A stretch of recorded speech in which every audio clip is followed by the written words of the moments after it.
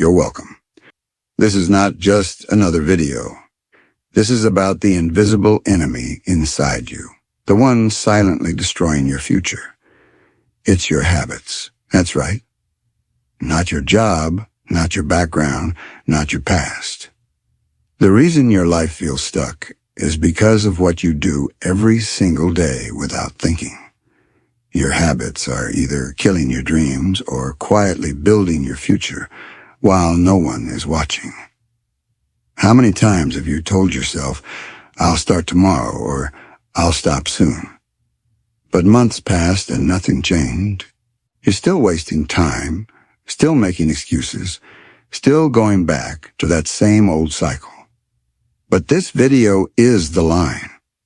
This is where you stop lying to yourself. You don't need a new life. You just need to kill the habits that are destroying the life you already have. Today I'm giving you the roadmap to break your bad habits, rebuild your mind, and restart your life. First, you need to understand why this is so serious. Most people think habits are just small things, waking up late, watching too much TV, skipping the workout. But they're not. They are your life on repeat. What you do daily becomes who you are. Bad habits don't just steal time. They destroy discipline, confidence, energy, and hope. Every time you choose laziness, you're training your brain to give up on you. A person who procrastinates once doesn't fail, but a person who procrastinates daily becomes a failure without realizing it. This video matters because this isn't about breaking a bad habit. It's about breaking the pattern that's been stealing your future. Method 1. Identify the habit trigger. You cannot break a bad habit you don't understand. Every habit, good or bad, is part of a loop. Trigger, action, reward. Your brain acts for a reason. For example, the habit of checking your phone doesn't start when you pick up the phone. It starts before that with a trigger like boredom or anxiety. The next time you feel the urge, pause and ask, "What am I feeling right now?" Just doing that breaks the autopilot. You become conscious. This awareness is the beginning of your power. Take a small journal or a note on your phone.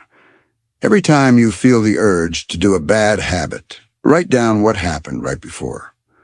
What were you doing? What were you feeling? What time was it? Do this for just 3 to 5 days and you will clearly see the pattern. Method 2. Replace the habit.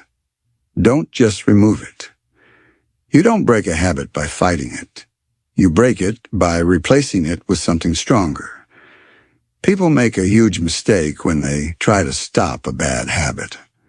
They try to cut it out, saying things like, "I won't scroll social media anymore." But your brain doesn't like empty space. When you just remove a habit, it leaves a void, and your brain fills that space with the old habit you're trying to escape. That's why you fall back. The law of replacement states that every habit you remove must be replaced with a healthier behavior that gives you a similar reward. This isn't just about willpower, it's about intelligent replacement. If your bad habit is scrolling social media when you're anxious, the reward is distraction. Ask yourself, what else can give me relief from anxiety that isn't harmful? The replacement could be deep breathing, going for a short walk, or listening to calm music. You're still dealing with the anxiety, but now you're doing it in a healthy way that helps you, not hurts you. Here's a step-by-step process. First, identify the habit and the reward it gives you. Is it relief, comfort, or escape? Then find a replacement that gives you the same reward. Make the new habit easy and instant. It must be easy to start, short in time, and emotionally rewarding. Finally, repeat until your brain rewires. You weaken the old habit daily by strengthening the new one. Method 3, change your identity. You don't break bad habits by changing your actions. You break them by changing your identity, who you believe you are. You act like the person you believe you are. If deep down you believe, I am a lazy person, you will return to that habit because your brain is loyal to that identity. Two people are trying to quit smoking. One says, I'm trying to quit. The other says, I'm not a smoker. The second person has made an identity shift. One is resisting the habit, the other is already free. Here's how you can do it. Choose who you want to become. Don't focus on stopping the habit. Ask yourself, what kind of person would never have this habit? Then say it. Say this identity out loud every day, even if you don't fully believe it yet. I am consistent. I finish what I started. You're programming your mind to become your future self. Finally, prove it to yourself daily. Take one small action every day that proves the identity. Doesn't matter how small, because that action becomes evidence. When you collect enough evidence, your brain starts believing, this is who I am now. Method 4. Rewire the reward. You don't keep bad habits because they are strong. You keep them because your brain thinks they are rewarding. Every bad habit survives for one reason. It gives your brain a tiny hit of dopamine. Your brain can't tell the difference between a reward that helps and a reward that destroys. It only knows, when I feel bad and I do this, I feel better. Here's a step-by-step process. First, catch the craving. The moment the urge rises, pause and take a breath. Don't act yet. Observe. Then ask, what is my brain expecting right now? Understand that your brain is just looking for relief. Now visualize the real cost of the habit. Close your eyes for 10 seconds. Visualize yourself 1 year from now if you continue this habit. The regret, the energy loss, the life you could have built. Make it painful. Then visualize the real reward of change. Imagine a different future where you are free, strong, and confident. Your brain will now say, this is the real reward. Finally, replace the quick reward with a deep reward. When the craving hits, instead of reaching for your phone, reach for progress. Do 15 push-ups, drink a glass of water, or write in your journal. You're giving your brain real power, not cheap dopamine. Method 5. Kill the excuses. As long as you give yourself an excuse, you will return to your bad habits. Excuses aren't just lies. They are permission to stay the same. Every time you say, just this once, or I'll start again next week, you're giving your bad habit permission to survive. Every excuse you make becomes a brick in the wall that keeps you trapped. Has that excuse ever truly helped you grow? No, it only buys you more time to stay the same. Here's how to do it. First, write down every excuse you make. Be brutally honest. Then break the excuse with a counterattack. For every excuse, write a counter-truth. Excuse, I'm tired. Truth, everyone's tired. Champions move anyway. Next, create real consequences. Tell a friend, if I scroll for more than 20 minutes, I pay you $20. This makes doing the bad habit more expensive than doing the right one. Burn the backup plan. Remove the escape routes. Unfollow every distraction. Announce your commitment publicly. Finally, speak like there's no option.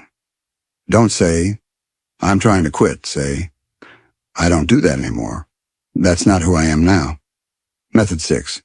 Make the pain loud. You haven't changed your habits because the pain of staying the same is still quieter than the pain of changing. The bad habit you can't break survives because you've never felt the full weight of what it's doing to you. You must reach a point where you can't live like this anymore. Not because someone inspired you, but because the voice in your soul finally screamed, I'm done living like this. That's when habits die. Here's how to use pain to destroy your bad habits. First, face the mirror. Take 5 minutes alone. Ask yourself, If I continue this for the next 5 years, what will my life look like? Write it down in brutal detail. Then say the words you're afraid to admit out loud. Say, I hate that I waste my life. These words are not weakness. They are freedom. Turn the pain into a weapon.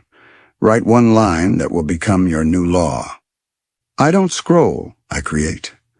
Let the pain become the fire that burns the old you down. Create a reminder of what's at stake, a place where you write or draw what happens if you don't change.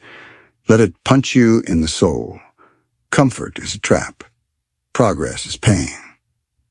Method 7. Track the pattern. You repeat bad habits because you never noticed the pattern. Your bad habits are not random. You don't scroll just because. You do it because it's a pattern. The reason most people never change isn't because they're lazy, it's because they're unaware. They don't see the cycle. Here's how to track the pattern and regain control. Choose the habit you want to break, then track it for 5 days. Every time the habit happens, write down the time, where you were, what you were feeling, and how long it lasted. After 5 days, find the pattern. You will clearly see it. Now build a disruption plan. If you scroll at 10 p.m. every night in bed, put your phone in another room at 9:30 p.m. Break the pattern, break the habit. You don't need more strength. You need more awareness. Method 8. Stop romanticizing your old self. You cannot create a new life while still protecting the version of you that ruined the last one. Sometimes we don't break our habits because we're still in love with the old version of ourselves, but listen closely. That version of you, the one who made excuses, avoided growth, and betrayed your potential, is not your friend. Why are you protecting it? Here's how to kill your old identity. Write a farewell letter to your past self. Thank them for getting you this far, but say goodbye to what no longer serves you. Then create a new daily self-image. Every morning say, I am becoming the person who wakes up early, is strong when it's hard, and respects time. Repetition rewires identity, and identity rewires behavior. Finally, bury the old you with a symbol. Burn the journal pages that describe your old patterns. Break an object that represents your old habits. When you bury the old you give birth to the new one. Method 9. Surround yourself with change. You are not failing because you are weak. You are failing because you are trying to grow in the same place that broke you.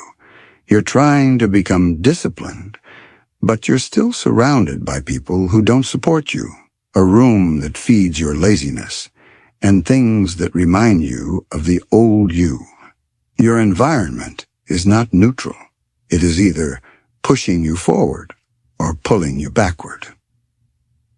Here's how to change your environment. Clean your space like you're cleaning your mind. Throw away anything that tempts your old habit. Remove digital enemies. Unfollow accounts that distract you. Change your people or change your access.